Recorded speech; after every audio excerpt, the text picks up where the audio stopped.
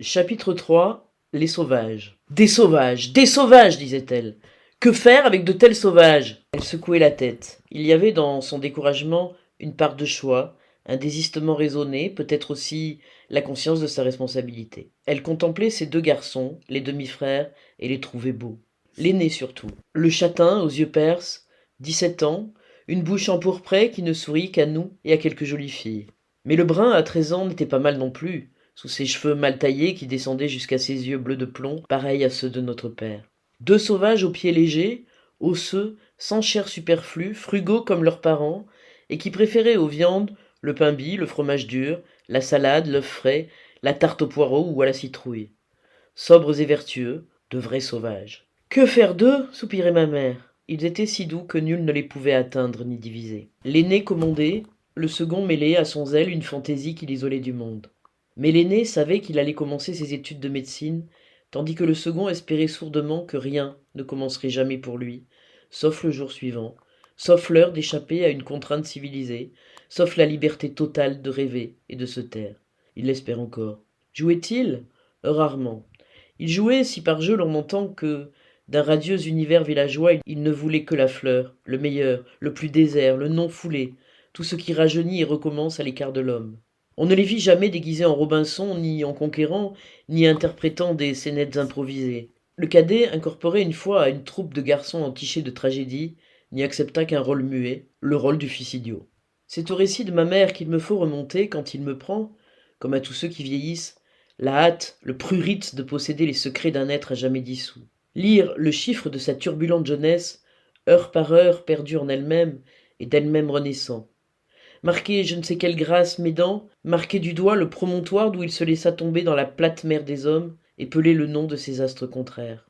J'ai dit adieu aux morts, à l'aîné sans rivaux, mais je recours au récit maternel et aux souvenirs de ma petite enfance, si je veux savoir comment se forma le sexagénaire à moustache grise qui se glisse chez moi, la nuit tombée, ouvre ma montre et regarde palpiter l'aiguille trotteuse, prélève sur une enveloppe froissée un timbre-poste étranger, aspire, comme si le souffle lui avait tout le jour manqué, une longue bouffée de musique du Columbia, et disparaît sans avoir dit un mot.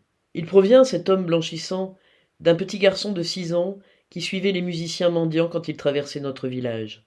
Il suivit un clarinettiste borgne jusqu'à Saintes, 4 kilomètres, et quand il revint, ma mère faisait sonder les puits du pays. Il écouta avec bonté les reproches et les plaintes, car il se fâchait rarement. Quand il en eut fini avec les alarmes maternelles, il alla au piano et joua fidèlement tous les airs du clarinettiste, qu'il enrichit de petites harmonies simples, fort correctes. Ainsi faisait-il des airs du manège forain à la Quasimodo et de toutes les musiques qu'il captait comme des messages volants.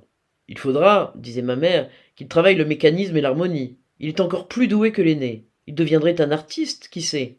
Elle croyait encore, quand il avait 6 ans, qu'elle pouvait quelque chose pour lui, ou contre lui. Un petit garçon si inoffensif. Sauf son aptitude à disparaître, que pouvait-elle lui reprocher? Bref de taille, vif, très bien équilibré, il cessait miraculeusement d'être présent. Où le joindre? Les airs préférés des petits garçons ordinaires ne l'avaient pas même vu passer, ni la patinoire, ni la place du grand jeu damée par les pieds d'enfants, mais plutôt dans la vieille glacière du château, souterrain tronqué qui datait de 4 siècles, ou dans la boîte de l'horloge de ville, place du marché, ou bien enchaîné au pas de l'accordeur de piano qui venait une fois l'an au chef-lieu et donnait ses soins aux 4 instruments de notre village. Quel instrument avez-vous?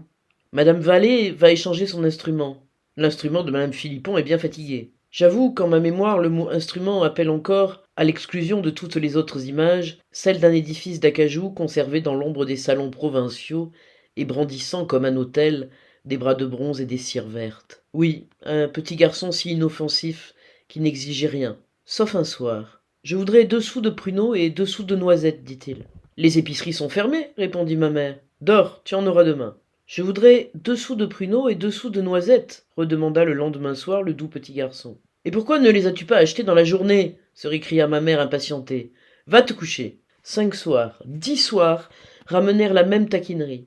Et ma mère montra bien qu'elle était une mère singulière, car elle ne fessa pas l'obstiné, qui espérait peut-être qu'on le fesserait, ou qui escomptait seulement une explosion maternelle, les cris des nerfs à bout, les malédictions, un nocturne tumulte qui retarderait le coucher. Un soir, après d'autres soirs, il prépara sa figure quotidienne d'enfant buté, le son modéré de sa voix. Maman? Oui, dit maman. Maman, je voudrais. Les voici, dit-elle. Elle se leva, avait dans l'insondable placard, près de la cheminée, 2 sacs grands comme des nouveau-nés, les posa à terre de chaque côté de son petit garçon et ajouta: Quand il n'y en aura plus, tu en achèteras d'autres. Il la regardait d'en bas, offensé et pâle sous ses cheveux noirs. C'est pour toi, prends, insista ma mère. Il perdit le premier son sang-froid et éclata en larmes. Mais je ne les aime pas, sanglotait-il. Sido se pencha, aussi attentif qu'au-dessus d'un œuf fêlé par l'éclosion imminente, au-dessus d'une rose inconnue, d'un messager de l'autre hémisphère. Tu ne les aimes pas? Qu'est-ce que tu voulais donc? Il fut imprudent et avoua. Je voulais les demander. Lorsqu'elle partait chaque trimestre pour Auxerre à 2 heures du matin, dans la Victoria, ma mère cédait presque toujours aux instances de son enfant le plus jeune. Le privilège de naître la dernière me conserva longtemps ce grade d'enfant le plus jeune et ma place dans le fond de la Victoria. Mais avant moi, il y eut, pendant une dizaine d'années, ce petit garçon évasif et agile. Au chef-lieu, il se perdait car il déjouait toute surveillance. Il se perdit ici et là, dans la cathédrale, dans la tour de l'horloge, et notamment dans une grande épicerie, durant qu'on emballait le pain de sucre drapé d'un billet de papier indigo, les 5 kilos de chocolat, la vanille, la cannelle, la noix de muscade, le rhum pour les grogues, le poivre noir et le savon blanc. Ma mère fit un cri de renarde. Ah! Ah! Où est-il? Qui, madame Colette? Mon petit garçon! L'a-t-on vu sortir? Personne ne l'avait vu sortir, et déjà ma mère, à défaut de puits, interrogeait les cuves d'huile et les tonneaux de saumure. On ne le chercha pas trop longtemps cette fois. Il était au plafond. Tout en haut d'un des piliers de fonte d'or, qui l'étreignait des cuisses et des pieds comme un grimpeur des cocotiers, il manœuvrait et écoutait les rouages d'un gros cartel à face plate de chat-huant vissé sur la maîtresse-poutre. Quand des parents ordinaires font souche d'enfants exceptionnels, il y a de grandes chances que les parents éblouis les poussent, fût-ce à grands coups de pied dans le derrière, vers des destinées qu'ils nomment meilleures. Ma mère, qui tenait pour naturel, voire obligatoire, d'enfanter des miracles, professait aussi que l'on tombe toujours du côté où l'on penche, et affirmait, pour se rassurer elle-même, Achille sera médecin, mais Léo ne pourra pas échapper à la musique. Quant à la petite, elle levait les sourcils, interrogeait le nuage, et me remettait à plus tard. Exception bizarre, il n'était jamais question de l'avenir de ma sœur aînée, déjà majeure, mais étrangère à nous, étrangère à tous, volontairement isolée au sein de sa propre famille. Juliette est une autre espèce de sauvage, soupirait ma mère. Mais à celle-là, personne ne comprend rien, même moi. Elle se trompa, nous la trompâmes plus d'une fois. Elle ne se décourageait pas et nous coiffait d'une nouvelle auréole. Mais elle n'accepta jamais que son second fils échappât, comme elle disait, à la musique, car je lis dans maintes lettres qui datent de la fin de sa vie. Sais-tu si Léo a un peu de temps pour travailler son piano? Il ne doit pas négliger un don qui est extraordinaire. Je ne me lasserai pas d'insister là-dessus. À l'époque où ma mère m'écrivait ces lettres, mon frère était âgé de 44 ans. Il a, quoiqu'elle en eût, échappé à la musique, puis aux études de pharmacie, puis successivement à tout ce qui n'est pas son passé de sylphe. À mes yeux, il n'a pas changé. C'est un sylphe de 63 ans. Comme un sylphe, il n'est attaché qu'au lieu natal, à quelques champignons tutélaires, à une feuille recroquevillée en manière de toit. On sait que les sylphes vivent de peu et méprisent les grossiers vêtements des hommes. Le mien erre parfois sans cravate et long chevelu. De dos, il figure assez bien un par-dessus vide, ensorcelé et vagabond. Sa modeste besogne de scribe, il l'a élue entre toutes pour ce qu'elle retient, assise à une table, sa seule et fallacieuse apparence d'homme. Tout le reste de lui, libre, chante, entend des orchestres, compose et revole à la rencontre du petit garçon de 6 ans qui ouvrait toutes les montres, hantait les horloges municipales, collectionnait les épitaphes, foulait sans fatigue les mousses élastiques et jouait du piano de naissance. Il le retrouve aisément, revêt le petit corps agile et léger qu'il n'a jamais quitté longtemps, et il parcourt un domaine mental où tout est à la guise et à la mesure d'un enfant qui dure victorieusement depuis 60 années. Il n'est pas, quel dommage, d'enfant invulnérable. Celui-ci, pour vouloir confronter son rêve exact avec une réalité infidèle, m'en revient déchiré parfois. Certains crépuscules ruisselants, à grandes draperies d'eau et d'ombre, sous chaque arcade du palais royal me l'amena. Je ne l'avais pas vu depuis des mois. Il s'assit, mouillé, à mon feu, prit distraitement sa singulière subsistance, des bonbons fondants, des gâteaux très sucrés, du sirop, ouvrit ma montre, puis mon réveil, les écouta longuement, et ne dit rien. Je ne regardais qu'à la dérobée, dans sa longue figure, sa moustache quasi blanche, l'œil bleu de mon père, le nez grossi de Sido, traits survivants assemblés par des plans d'os, des muscles inconnus et sans origine lisible. Une longue figure douce, éclairée par le feu, douce et désemparée. Mais les us et coutumes de l'enfance, réserve, discrétion, liberté, sont encore si vigoureux entre nous que je ne posai à mon frère aucune question. Quand il eut assez séché les ailes tristes alourdies de pluie qu'il appelle son manteau, il fuma, l'œil incliné, et frotta ses mains sèches, rouges d'ignorer en toute saison l'eau chaude et les gants, et parla. Dis donc. Oui. J'ai été là-bas, tu sais. Non. Quand ça? J'en arrive. Ah, dis-je avec admiration. Tu es allé à Saint-Sauveur? Comment? Il me fit un petit œil fat. C'est Charles Farou qui m'a emmené en auto. Mon vieux! C'est joli en cette saison? Pas mal, dit-il brièvement. Il enfla les narines, redevint sombre et se tut. Je me remis à écrire. Dis donc. Oui? Là-bas, j'ai été aux roches, tu sais. Un chemin montueux de sable jaune se dressa dans ma mémoire comme un serpent le long d'une vitre. Oh! Comment est-ce? Et le bois en haut? Et le petit pavillon? Les digitales, les bruyères? Mon frère siffla. Fini. Coupé, plus rien, rasé. On voit la terre. On voit. Il faucha l'air du tranchant de la main et rit des épaules en regardant le feu. Je respectais ce rire et ne l'imitais pas. Mais le vieux sylphe, frémissant et lésé, ne pouvait plus se taire. Il profita du clair-obscur, du feu rougeoyant. Ce n'est pas tout. Je suis allé aussi à la cour du pâté, non naïf d'une chaude terrasse au flanc du château ruiné, arceau de rosiers maigris par l'âge, ombre, odeur de lierre fleurie versée par la tour sarrasine, battant revêche et rougeâtre de la grille qui ferme la cour du pâté, accourait. Et alors, vieux? Et alors? Mon frère se ramassa sur lui-même. Une minute, commanda-t-il. Commençons par le commencement. J'arrive au château. Il est toujours asile de vieillards, puisque Victor Grandry l'a voulu. Bon, je n'ai rien à objecter. J'entre dans le parc, par l'entrée du bas, celle qui est près de madame Billette. Comment, madame Billette? Mais elle doit être morte depuis 40 ans au moins. Peut-être, dit mon frère avec insouciance, oui. C'est donc ça qu'on m'a dit un autre nom, un nom impossible. S'il croit que je vais retenir des noms que je ne connais pas. Enfin, j'entre par l'entrée du bas, je monte l'allée des tilleuls. Tiens, les chiens n'ont pas aboyé quand j'ai poussé la porte, fit-il avec irritation. Écoute, vieux, ça ne pourrait pas être les mêmes chiens, songe donc. Bon, détail sans importance. Je te passe sous silence les pommes de terre qu'ils ont plantées à la place des cœurs et des pavots. Je passe même, poursuivit-il d'une voix intolérante, sur les fils de fer des pelouses, un quadrillage de fils de fer. On se demande ce qu'on voit. Il paraît que c'est pour les vaches. Les vaches. Il berça un de ses genoux entre ses deux mains nouées et sifflota d'un air artiste qui lui allait comme un chapeau de forme. C'est tout, vieux? Minute, répéta-t-il férocement. Je monte donc vers le canal, si j'ose, dit-il avec une recherche incisive, appeler canal cette mare infecte, cette soupe de moustiques et de bouse. Passons. Je m'en vais donc à la cour du pâté, et... Il tourna vers moi sans me voir un sourire vindicatif. J'avoue que je n'ai d'abord pas aimé particulièrement qu'il fasse de la première cour, devant la grille, derrière les écuries aux chevaux, une espèce de préau à sécher la lessive. Oui, j'avoue. Mais je n'y ai pas trop fait attention parce que j'attendais le moment de la grille. Quel moment de la grille? Il claqua des doigts, impatienté. Voyons, tu vois le loquet de la grille? Comme si j'allais le saisir. De fer noir, poli et fondu. Je le vise en effet. Bon, depuis toujours, quand on le tourne comme ça, il mimait, et qu'on laisse aller la grille, alors elle s'ouvre par son propre poids, et en tournant, elle dit chantâmes-nous d'une seule voix sur 4 notes. Oui, dit mon frère, en faisant danser fébrilement son genou gauche. J'ai tourné, j'ai laissé aller la grille, j'ai écouté. Tu sais ce qu'ils ont fait? Non. Ils ont huilé la grille, dit-il froidement. Il partit presque aussitôt. Il n'avait pas autre chose à me dire.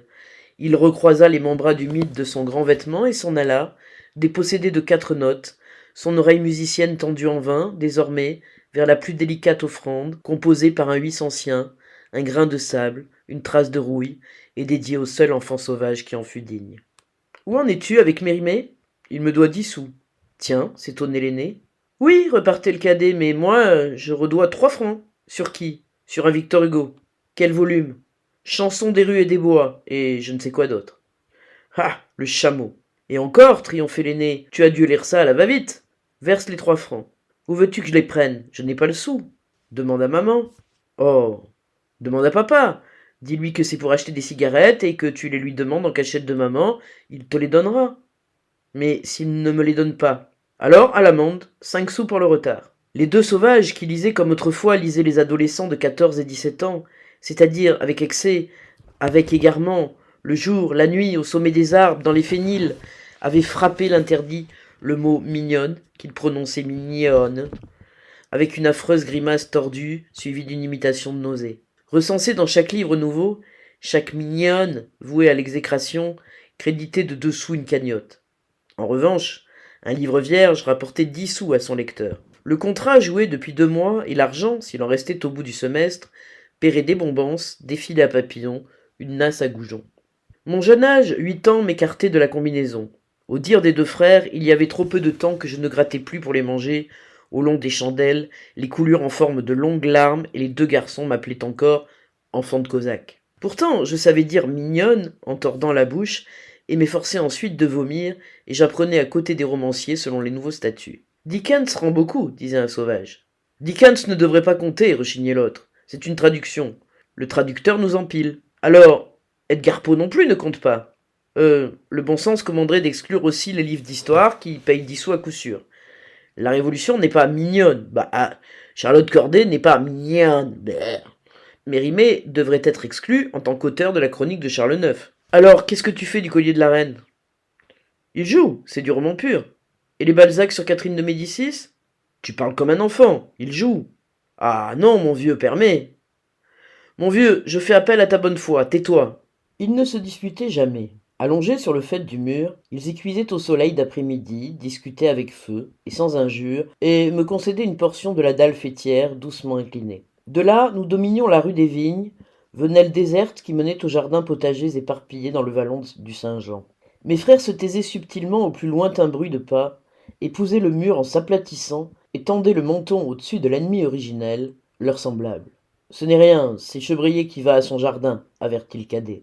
Ils oublièrent un moment leur débat et laissèrent passer sur eux l'heure encore chaude, la lumière oblique. D'autres pas, nets et vifs, sonnèrent sur les silex bossus. Un corsage lilas, un buisson de cheveux crêpelés, d'un rose de cuivre éclairèrent le haut de la rue. Ouh, la rousse, souffla le cadet. Ouh, la carotte. Il n'avait que 14 ans et voulait du mal aux filles qui l'éblouissaient d'une lumière trop crue. C'est Flore Chebrier qui rejoint son père, dit mon frère aîné quand l'or et le lilas s'éteignirent en bas de la rue. Elle a joliment changé. Son cadet, couché sur le ventre, posa son menton sur ses bras croisés. Il clignait par mépris et gonflait sa bouche, qu'il avait ronde et renflée, comme les petites éoles des vieilles cartes marines. C'est une carotte, c'est une rouge. Au feu! Au feu! Cria-t-il, avec une grossièreté d'écolier jaloux. L'aîné haussa les épaules. Tu ne t'y connais guère en blonde, dit-il. Moi, je la trouve mais très mignonne. Un gros rire de garçonnet enroué de mue salua le mot maudit que caressait la voix rêveuse de l'aîné, le séducteur aux yeux pères. J'entendis une bousculade sur le mur, les clous des souliers raclant la pierre, une chute molle de corps liés sur la terre accueillante et sarclés au pied des abricotiers. Mais ils se délièrent aussitôt avec une hâte sage. Ils ne s'étaient jamais battus ni insultés. Je crois qu'ils savaient déjà que ce bouquet de cheveux roux, ce corsage lilas, merveilles accessibles, ne devait pas compter parmi leurs enjeux indivis, leurs délectations baroques et pudiques. D'un pas bien accordé, ils s'en retournèrent vers les étaloirs de liège où séchaient les macarons, vers la construction d'un jet d'eau, vers un système d'alambic à distiller la menthe des marais, instrument capricieux qui enlevait au produit distillé le parfum de la menthe mais lui laissait intacte l'odeur du marécage. Leur farouche humeur n'était pas toujours innocente. L'âge, qu'on dit ingrat, qui étire douloureusement les corps enfantins, exige des holocaustes. Il fallait à mes frères une victime. Ils élurent un camarade de collège que les vacances ramenaient dans le canton voisin. Mathieu M. n'avait point de défaut ni de grand mérite. Sociable, bien vêtu, un peu blondasse, sa seule vue échauffait mes frères d'une perversité comparable à celle des femmes enceintes. Aussi s'attachait-il avec passion aux 2 sauvages fiers, chaussés de toile, coiffés de joncs, et qui méprisaient ses cravates. L'aîné n'avait que rigueur pour ce fils de tabellion, et le cadet, par imitation et renchérissement, effilochait son mouchoir, retroussait son pantalon déjà trop court, pour accueillir Mathieu M., ganté, qui descendait de son tricycle. « J'ai apporté la partition des noces de Jeannette !» criait de loin l'affectueuse victime, « et l'édition allemande des symphonies, de Beethoven à 4 mains !» Sombre, l'aîné, le barbare au frais visage, toisait l'intrus, banal enfant des hommes que rien n'obscurcissait, qu'il ne portait en lui ni vœu de solitude, ni intolérance, qui se troublait sous son regard et mendiait. « Tu veux faire un peu de 4 mains avec moi ? Avec toi ? Non. Sans toi, oui. Je tournerai les pages alors. L'un soumis, l'autre inexplicablement malveillant et chargé de rage. Ils souffraient d'incompatibilité, mais Mathieu M., patient comme une épouse rudoyée, ne se lassait pas de revenir. Un jour, les sauvages prirent le large dès le déjeuner, ne rentrèrent que le soir. Ils semblaient las, excités, et ils se jetèrent tout fumant sur les deux vieux canapés de rêve vert. D'où venez-vous dans cet état demanda notre mère. De loin, répondit avec douceur l'aîné. Mathieu est venu. Il a paru surpris de ne pas te trouver. C'est un garçon qui s'étonne d'un rien. Quand ils furent seuls avec moi, mes deux frères parlèrent. Je ne comptais guère, et d'ailleurs ils m'avaient élevé à ne point trahir. Je sus que, caché dans un bois qui surplombe la route de Saint-F, ils n'avaient pas, au passage de Mathieu, révélé leur présence. Je m'intéressais assez peu à des détails qu'ils ressassaient. Quand j'ai entendu le grelot de son tricycle, commençait le cadet, je l'ai entendu de plus loin que toi, va. Pas sûr. Tu te souviens du moment où il s'est arrêté juste sous notre nez pour s'essuyer? Il dialoguait, presque bas, couché, les yeux au plafond. L'aîné s'agita. Oui, cet animal, il regardait à gauche et à droite comme s'il nous flairait. Ça, mon vieux, c'est fort, hein. C'est curieux. C'est nous qui l'avons arrêté en le regardant, hein. Il avait l'air tout gêné, tout chose. Les yeux de l'aîné noircissaient. Ça se peut. Il avait sa cravate écossaise. Cette cravate-là, j'ai toujours pensé qu'elle serait cause d'un malheur. Je m'élançai entre eux, avide d'émotion. Et alors? Et alors quel malheur? Ils me jetèrent tous deux le plus froid regard. D'où est-ce qu'elle sort, celle-là? Qu'est-ce qu'elle veut avec son malheur? Mais c'est toi qui viens de dire. Ils se redressèrent, s'assirent, ricanèrent de connivence. Il n'est rien arrivé, dit enfin l'aîné. Qu'est-ce que tu veux qu'il arrive? On a laissé passer Mathieu, et on a bien rigolé. C'est tout? Fis-je, déçu. Le cadet se leva d'un bond, il dansait sur place et ne se possédait plus. Oui, c'est tout, tu ne peux pas comprendre. On était là, couchés, on l'avait au ras du menton. Lui, sa cravate, sa raie de côté, ses manchettes, son nez qui reluisait. Ah bon Dieu, c'était épatant. Il se pencha sur son aîné, le frôla du nez animalement. C'était facile de le tuer, hein. Rigide, les yeux fermés, l'aîné ne répondit pas. Et vous ne l'avez pas tué, m'étonnai-je. Ma surprise les arracha sans doute au bois obscur où ils avaient, invisibles, tremblé d'affût et de plaisir homicide, car ils éclatèrent de rire et redevinrent puérils à mes dépens. Non, dit l'aîné, nous ne l'avons pas tué. Je ne sais pas pourquoi d'ailleurs. Ragaillardi, il entonna ses improvisations préférées, fille difforme du rythme et du verbe, conçu aux heures où son esprit d'étudiant rebutant le travail s'accrochait sans le savoir au relief des mots qu'il détergeait de leur sens. Ma petite voix lui fit écho. Je suis seul maintenant, à affirmer sur un air de polka que un cachet de benzonaftol, ça fait du bien pour le mal à la tête, un cachet de benzonaftol, ça fait du bien pour la maîtrise du col. Affirmation aventurée, contraire à toute thérapeutique, à laquelle je préférais, sinon la musique, du moins le texte d'une aubade connue. Le baume analgésique du pharmacien Banguet est très distingué. Quand on se l'applique, on se sent soulagé et lagué. Ce soir-là, mon frère, encore exalté, chanta la nouvelle version de la sérénade de Severo Torelli. Nous n'avons pas tué Mathieu, pour ce soir, ma brune, laissons vivre encore ce rival de la lune. Le cadet, autour de lui, dansait, radieux comme un Lorenzaccio à son premier crime. Il s'interrompit et me promit avec gentillesse. On le tuera la prochaine fois. Ma demi-sœur, l'aidée de nous tous, l'étrangère, l'agréable laide aux yeux tibétains, se fiança, à la veille de coiffer Sainte-Catherine. Si ma mère n'osa empêcher ce mauvais mariage, elle ne tut pas ce qu'elle en pensait. De la rue de la Roche à la Gerbaude, de Bel Air au Grand Jeu, on ne parla que du mariage de ma sœur. Juliette se marie demandait-on à ma mère. C'est un événement. Un accident, rectifiait Sido. Certains risquaient aigrement. Enfin, Juliette se marie. C'est inattendu. C'est un peu inespéré. Non, repartit Sido belliqueuse. C'est désespéré. Qui peut retenir une fille de 25 ans? Et qui épouse-t-elle? Oh mon Dieu, le premier chien coiffé. Au fond, elle prenait en pitié la vie gorgée de rêves et de lectures effrénées de sa fille solitaire. Mes frères considérèrent l'événement du haut de leur point de vue personnel. Une année d'études médicales à Paris n'avait pas apprivoisé l'aîné, haut resplendissant, et que le regard des femmes, quand il ne les désirait pas, offensait. Les mots cortège nuptial, frac de soirée, déjeuner dînatoire, défilé, tombèrent sur les deux sauvages comme des gouttes de poix bouillante. Je n'irai pas à la noce, protestait le cadet, l'œil pâle d'indignation, et toujours coiffé à la malcontent. Je ne donnerai pas le bras, je ne mettrai pas un habit à queue. Tu es le garçon d'honneur de ta sœur, lui montrait ma mère. Elle n'a qu'à pas se marier. Pour ce qu'elle épouse, un type qui sent le vermouth. D'abord, elle a toujours vécu sans nous. Elle n'a pas davantage besoin de nous pour se marier. Notre belle aînée parlait moins, mais nous lui voyions son visage de sauteur de mur, son regard qui mesurait les obstacles. Il y eut des jours difficiles, des récriminations que mon père, soucieux et qui fuyait l'odorant intrus, n'apaisait pas. Puis, les deux garçons parurent consentir à tout. Bien mieux, ils suggérèrent l'idée d'organiser eux-mêmes une messe en musique, et de joie, Sido oublia pendant quelques heures son chien coiffé de gendre. Notre piano prit le chemin de l'église, mêla son joli son un peu sec au bêlement de l'harmonium. Les sauvages répétaient, dans l'église vide qu'ils verrouillaient, la suite de l'Arlésienne, je ne sais quelle stradella, un Saint-Saëns dévolu aux fastes nuptiaux. Ma mère s'avisa trop tard que ses fils, retenus à leur clavier d'exécutants, ne figuraient qu'un moment aux côtés de leur sœur. Ils jouèrent, je me le rappelle, comme des anges musiciens, et ensoleillèrent de musique la messe villageoise, l'église sans richesse et sans clocher. Je paradais, fier de mes 11 ans, de ma chevelure de petite Ève et de ma robe rose, fort contente de toutes choses, sauf quand je regardais ma sœur, tremblante de faiblesse nerveuse, toute petite, accablée de failles et de tulle blanc, pâle, et qui levait sa singulière figure mongole, défaillante, soumise au point que j'en eus honte, vers un inconnu. Les violons du bal mirent fin au long repas, et rien qu'à les entendre, les deux garçons frémirent comme des chevaux neufs. Le cadet, un peu gris, resta, mais l'aîné, à bout d'effort, disparut. Il sauta pour pénétrer dans notre jardin le mur de la rue des Vignes, erra autour de notre maison fermée, brisa une vitre, et ma mère le trouva couché quand elle rentra lasse, triste, ayant remis sa fille, égarée et grelottante, aux mains d'un homme. Elle me contait, plus tard, cette petite aube poussiéreuse d'été, sa maison vide et comme pillée, sa fatigue sans joie, sa robe à devants perlés, les chats inquiets que la nuit et la voix de ma mère ramenaient.